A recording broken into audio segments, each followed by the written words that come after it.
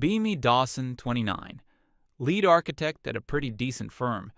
Not one of those giant soulless corporations, but big enough to land the cool projects. My job is basically to draw fancy buildings and make sure they don't fall down. Mostly the second part. The team is solid.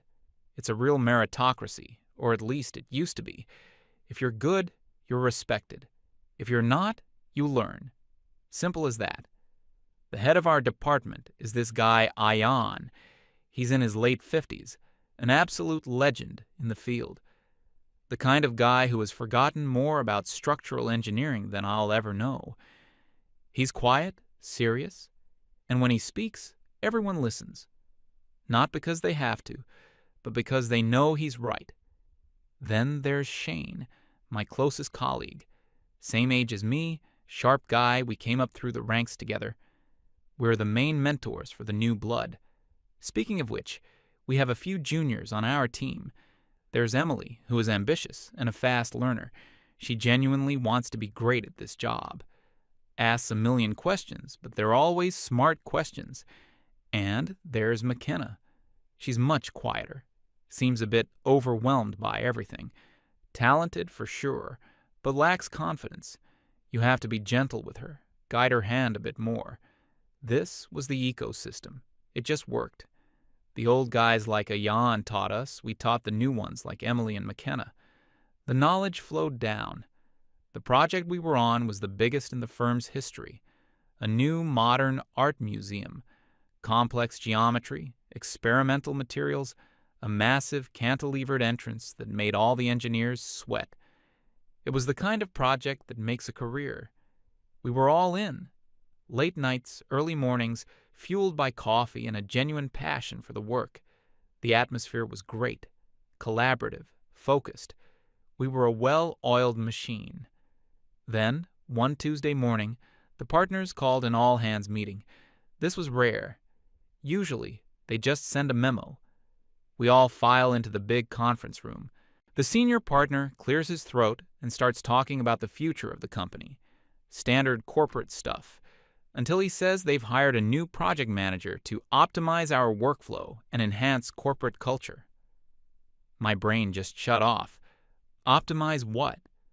Our workflow was landing us the biggest contract in our history. And then she walked in. Her name was Holly. She was probably in her mid-30s, dressed in that specific, joyless, corporate-approved outfit. She had that look in her eyes, the one that's trying to be friendly, but is actually just scanning for infractions. She didn't have a background in architecture, or engineering, or construction. Her entire resume was HR and something called DEI consulting, diversity, equity, and inclusion. She started her introductory speech with a land acknowledgement, which was weird because our office was on the 15th floor of a skyscraper in the middle of downtown. She talked for 10 minutes using words like synergy, paradigm, and stakeholder engagement. It was like a corporate buzzword generator had a seizure. I looked over at Ion. His face was completely blank, like a stone statue. It's the look he gets when he's witnessing profound incompetence. Shane was just staring at his shoes, trying not to laugh. The juniors looked confused. This was the moment things started to change, the beginning of the end. Holly's first official act was to schedule a mandatory 3-hour cultural sensitivity workshop for the following week. The workshop itself was a masterpiece of wasted time. We were forced to do trust falls and share our feelings about the workplace. Ayan just stood there with his arms crossed the whole time. They asked him to share, and he just said, "I feel like this is preventing us from designing a museum."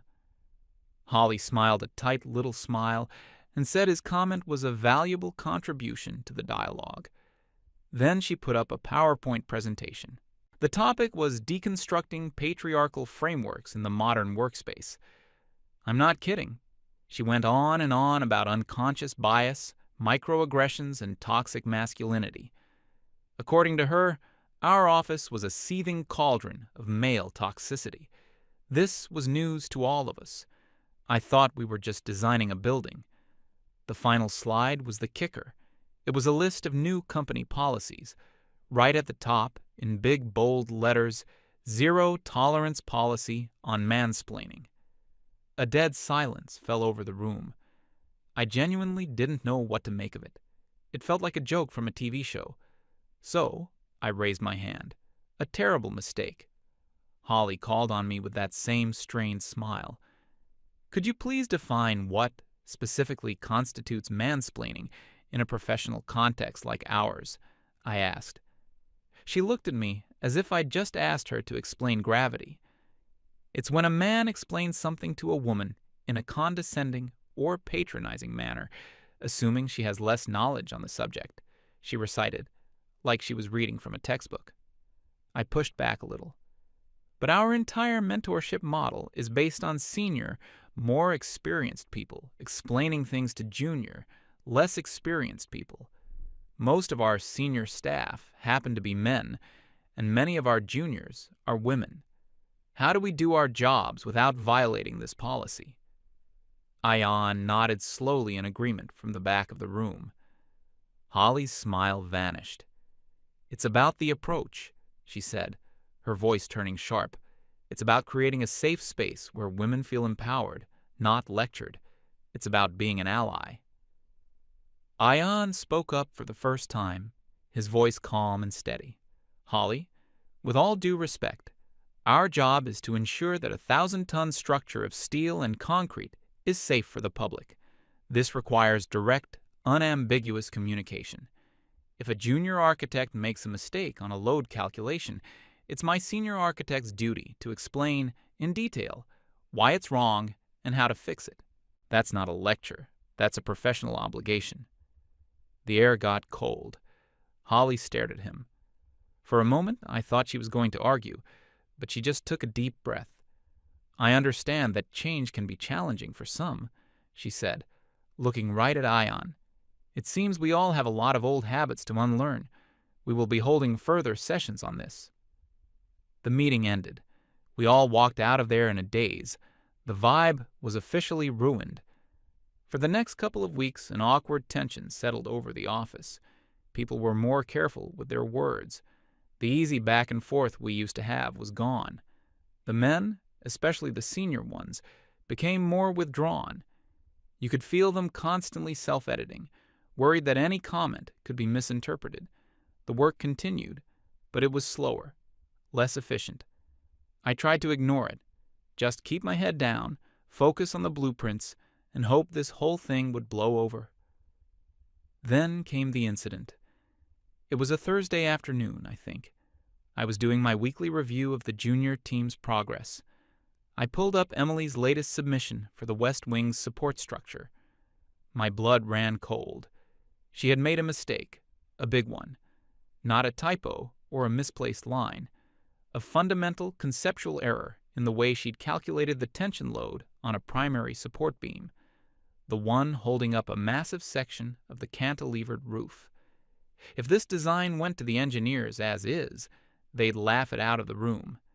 If, by some miracle of incompetence, it got built, that section of the building would eventually fail. It might take years, but it would come down. I didn't even think about it. My only thought was, fix this now. I walked over to her desk. A few other people were around, McKenna included. I kept my voice low and professional. Emily, can I show you something on your screen? She nodded, looking a little nervous. I pointed to the beam calculation. This number here, I said, it looks like you use the standard equation for a static load, but this beam is under a dynamic tension load because of the cantilever.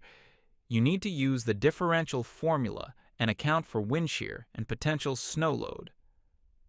I pulled up the correct formula from the appendix in our manual and walked her through the first couple of steps. See how the values change? It's a common mistake. I made the same one when I was starting out.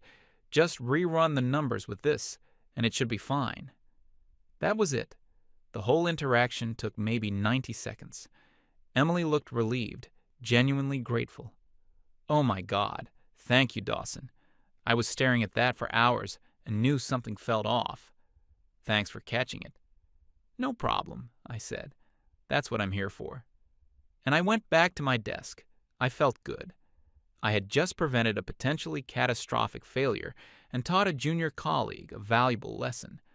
I had done my job. The next morning, I got an email from Holly. Subject: urgent meeting. My stomach sank. I walked into her office.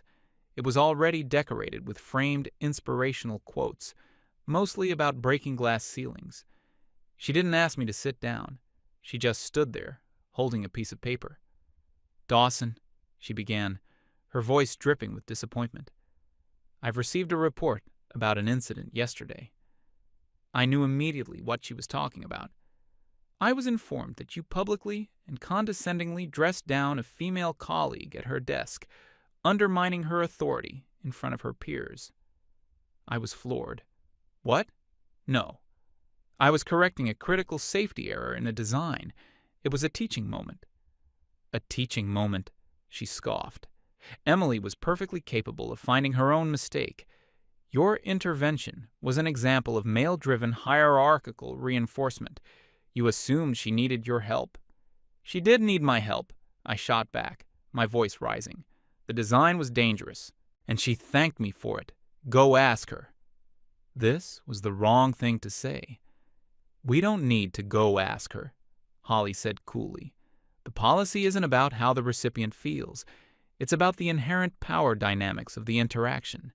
The impact is what matters, not the intent bis. She slid the piece of paper across the desk. It was a formal written warning. 4. Engaging in behavior consistent with mansplaining and creating a hostile work environment. My name was on it.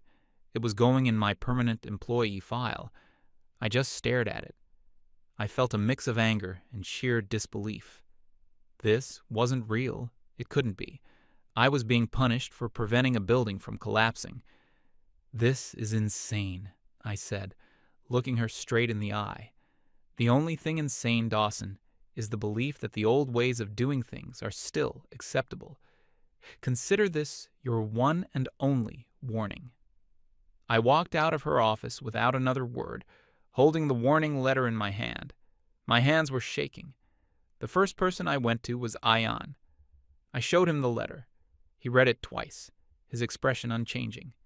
Then he folded it carefully, handed it back to me, and said, "I see." He was quiet for a long time. "They have given you the rules of the new game," he finally said. "It is a stupid game, but you must now decide if you are going to play it." I told Shane next. His reaction was more predictable. He was furious. "Are you kidding me? For that? I saw the whole thing, man. You were just helping her." "Doesn't matter," I said. "Impact, not intent." The news spread. Not officially, of course, but everyone knew. The chill in the office became a deep freeze. And that's when the malicious compliance began. It wasn't a coordinated decision. It was more like a silent mutual understanding among all the senior men. The game had changed, so we would play by the new rules. The mentorship program was unofficially over. The next week, McKenna submitted a set of drawings to me. They were a mess. Basic dimensional errors, incorrect annotations. The kind of stuff a first-year student would get wrong. Normally, I would have sat with her for half an hour and walked her through every mistake, explaining the principles behind each correction. But I couldn't. All I could see was Holly's face, handing me that warning. So I took out my red pen. I circled every single error, probably 50 of them. At the top of the first page, I wrote 2 words, "Please fix," and I put it back on her desk without a word. I saw her when she picked it up. Her face just crumbled. She looked like she was about to cry. I felt like a monster. But what choice did I have? Explaining it to her would be condescending. Pointing out her mistakes was my job. The only safe way to do it was with 0 context, 0 explanation, 0 humanity. This became the new normal. Shane adopted the same policy.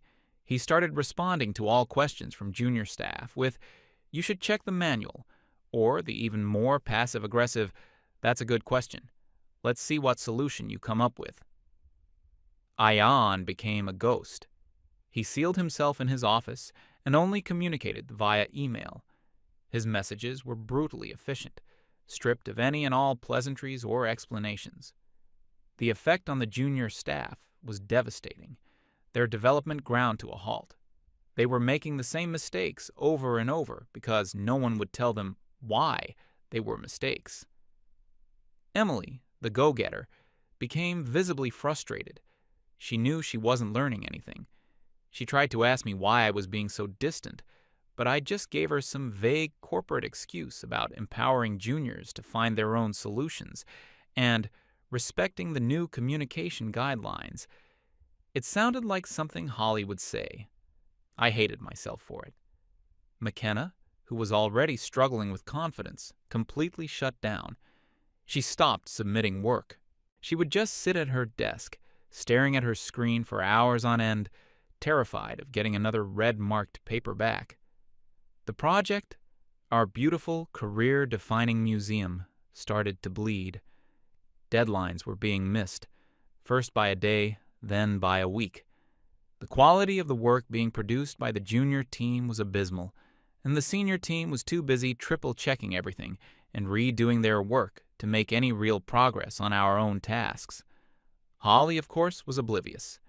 In her weekly progress meetings, she would present charts showing increased junior autonomy because they were asking fewer questions.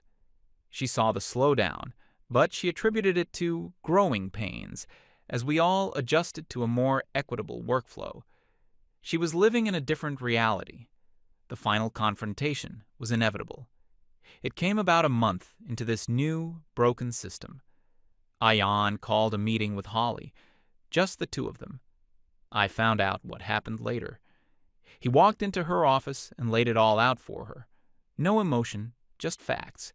He showed her the project timeline with all the missed milestones highlighted in red. He showed her the junior team's performance metrics, which had fallen off a cliff. He explained in simple, direct terms that her no mansplaining policy had destroyed the firm's mentorship culture and was putting the entire museum project in jeopardy. He told her that in a field where mistakes can cost millions of dollars and even lives, clarity is not a microaggression, it is a requirement. He begged her, for the sake of the project, to walk back the policy and let them do their jobs. And Holly listened. She heard every word. Then she looked him in the eye and said something that sealed her fate and ours. "Ayan, what I'm hearing is that you are feeling uncomfortable with a work culture that centers women's experiences. Your resistance to this change is a classic defense of an outdated patriarchal system. Perhaps the issue isn't with the policy, but with your own inability to adapt." That was it.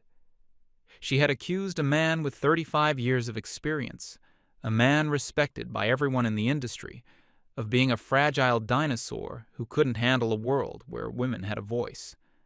Ayan didn't argue. He didn't raise his voice. He just stood up, said, "Thank you for your time," and walked out of her office. He walked straight to his own office, typed up his resignation, and handed it to HR. 2 weeks' notice, after 35 years at the firm. The news hit the office like a sonic boom. Ayan quitting? It was unthinkable. He was the firm. Everyone knew why. Everyone knew it was Holly. And for me, that was the final straw. This wasn't just a stupid policy anymore. It had driven out the best of us. It had poisoned everything. I wasn't going to play her stupid game anymore. I was done. Ayan's resignation wasn't just a piece of paper. It was a statement. The day he announced it, the entire atmosphere of the firm shifted. It was no longer about a bad policy or an annoying manager. This was an existential threat. If a man like Ayan, the foundation of the entire department, could be forced out, then none of us were safe. The office became a ghost town. The low hum of productivity was replaced by a heavy, oppressive silence. People would just sit at their desks, staring at their screens. but you could tell no real work was getting done. The juniors were terrified. Their main anchor, their ultimate source of knowledge, was gone. I went home that evening and knew what I had to do. This wasn't a job anymore. It was a matter of professional integrity. I couldn't be part of a system that actively punished people for being good at their jobs. I called Shane. I didn't even have to make a case. "I'm writing my resignation letter," was the first thing he said when he answered the phone. "Me too," I replied. "See you tomorrow morning." There was no big debate, no agonizing. It was the simplest, most obvious decision in the world. We walked into the HR office together the next day. The HR director looked like he'd seen a ghost when two of his lead architects showed up at his door at 9 a.m. We handed him our letters. He read them, his face getting paler with every sentence. "This is because of Ayan, isn't it?" he asked, his voice barely a whisper. "This is because we can no longer do our jobs," I said.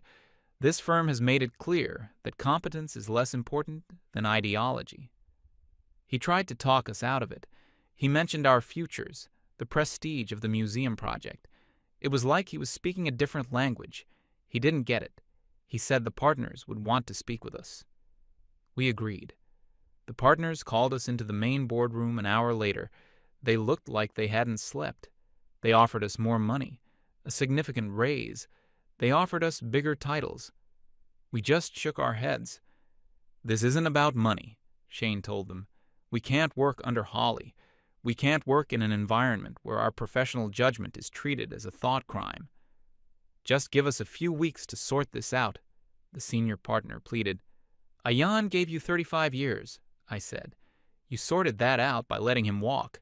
Our decision is final." And that was that. Our resignations were accepted. Within 48 hours, 2 more senior architects and one of our top engineers quit. The exodus was complete. The firm's entire brain trust for the museum project, the team with decades of combined experience, had walked out the door in less than a week. All that was left was Holly and a handful of terrified, inexperienced juniors. We spent the next 2 weeks in a strange limbo, just documenting our work for the handover. Holly avoided us completely. She wouldn't even make eye contact in the hallway. She held a pep rally for the remaining staff. We weren't invited, but we heard about it. She apparently talked about this being a tremendous opportunity for the juniors to step up and claim their space. She framed our departure as a positive thing, a shedding of the old guard that was resistant to progress. She was delusional. She was the captain of a sinking ship, telling the passengers that the water flooding the lower decks was actually a new swimming pool. On our last day, Emily came to my desk. She looked lost. "I don't know what we're going to do," she said. "None of us are ready for this." "You're more ready than you think," I told her. Which was a lie, but what else could I say? Just trust your instincts and double-check your math. Leaving the building for the last time felt strange. Not sad, just final. Shane and I went for a beer. We didn't talk much about work. We didn't have to. The real fallout began the following week. I heard all of this secondhand from some friends still in the admin department. Holly was now, by default, the sole leader of the project.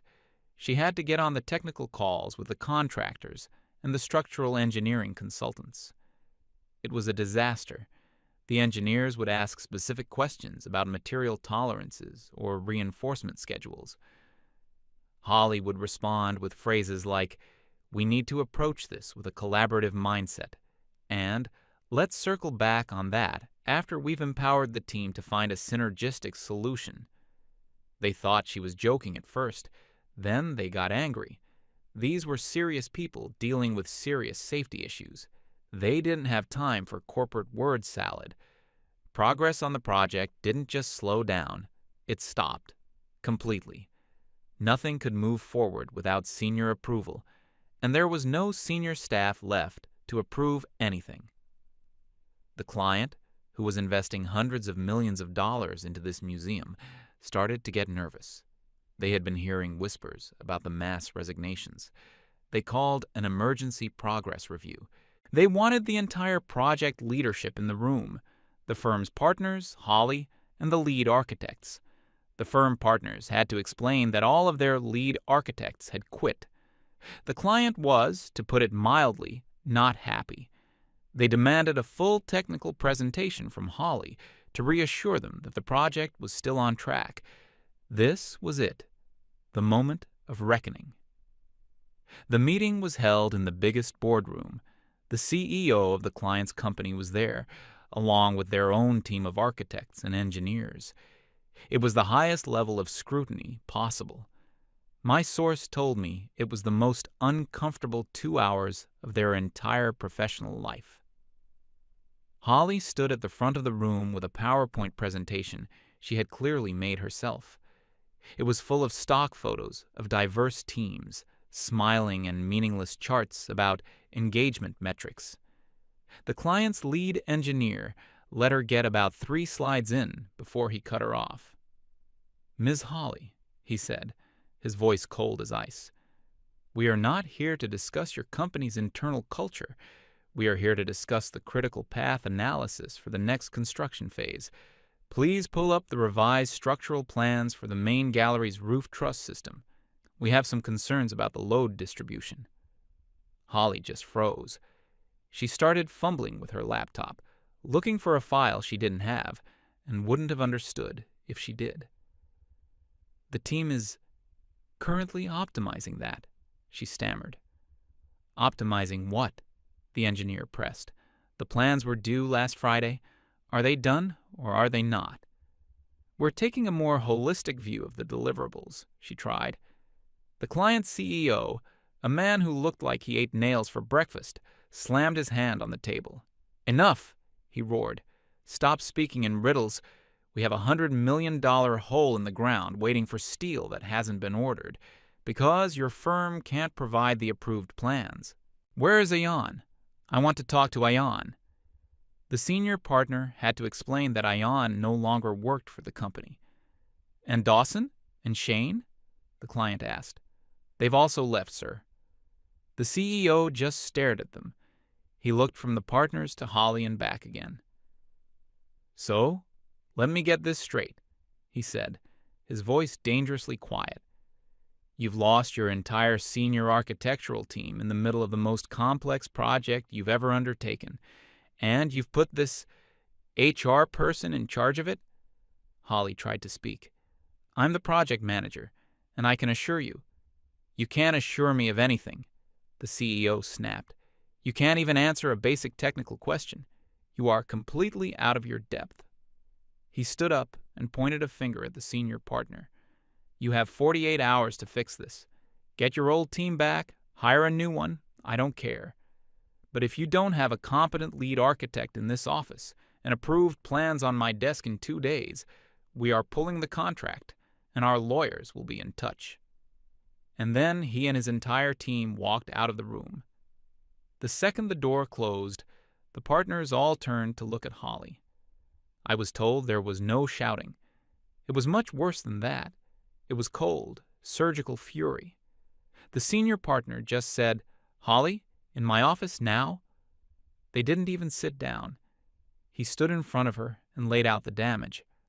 "In the space of 6 weeks," he said, reading from a list, "you have alienated and driven out 3 lead architects and our most senior engineer. You have single-handedly derailed a $200 million project. You have destroyed our relationship with our biggest ever client. You have exposed this firm to catastrophic financial and legal liability." She tried to defend herself. She started talking about the toxic culture she had inherited, about the necessary changes she was implementing. He just held up his hand to silence her. "The only toxic element here, Holly, is you. Your incompetence is breathtaking. You have turned our most valuable asset, our people, against us. You didn't build a new culture. You just broke an old one that worked perfectly well." "You're fired," he said, "effective immediately. Your access has been revoked. Security will escort you to your desk to collect your personal belongings." The whole office watched it happen. They watched as 2 security guards stood by her desk while she packed her things into a cardboard box. Her inspirational posters, her male tears coffee mug, her little desk plants. She was openly crying. No one said a word. No one offered to help. They just watched in dead silence as she was escorted out of the building for the last time. It was a brutal, humiliating end, and it was justice. 3 days later, my phone rang. It was the senior partner. His voice was different. All the arrogance was gone. He sounded tired and humbled. He apologized. He admitted they had made a monumental mistake in hiring Holly, and an even bigger one in not listening to their senior staff. He asked what it would take for us to come back. Ayan, me, Shane, all of us. Ayan led the negotiation. It was masterful. We didn't just get a 30% pay raise, though we did get that. We got it in writing that the architectural department would have full autonomy over its own projects and personnel. No more non-technical managers with ideological agendas, ever. We all came back. Walking back into that office was strange, but good. It felt like coming home after a long, stupid war. The relief on the faces of the junior staff was palpable. The first thing I did was walk over to Emily's desk. "All right," I said, pulling up a chair. "Let's take another look at that roof truss, from the top." She gave me the biggest, most grateful smile I've ever seen. The machine started running again. The work got done. The museum is being built as we speak, and it's going to be magnificent. Turns out the secret to a successful project isn't about creating safe spaces. It's about hiring competent people and then letting them do their jobs. Our new unofficial corporate motto is DEI. Don't employ idiots.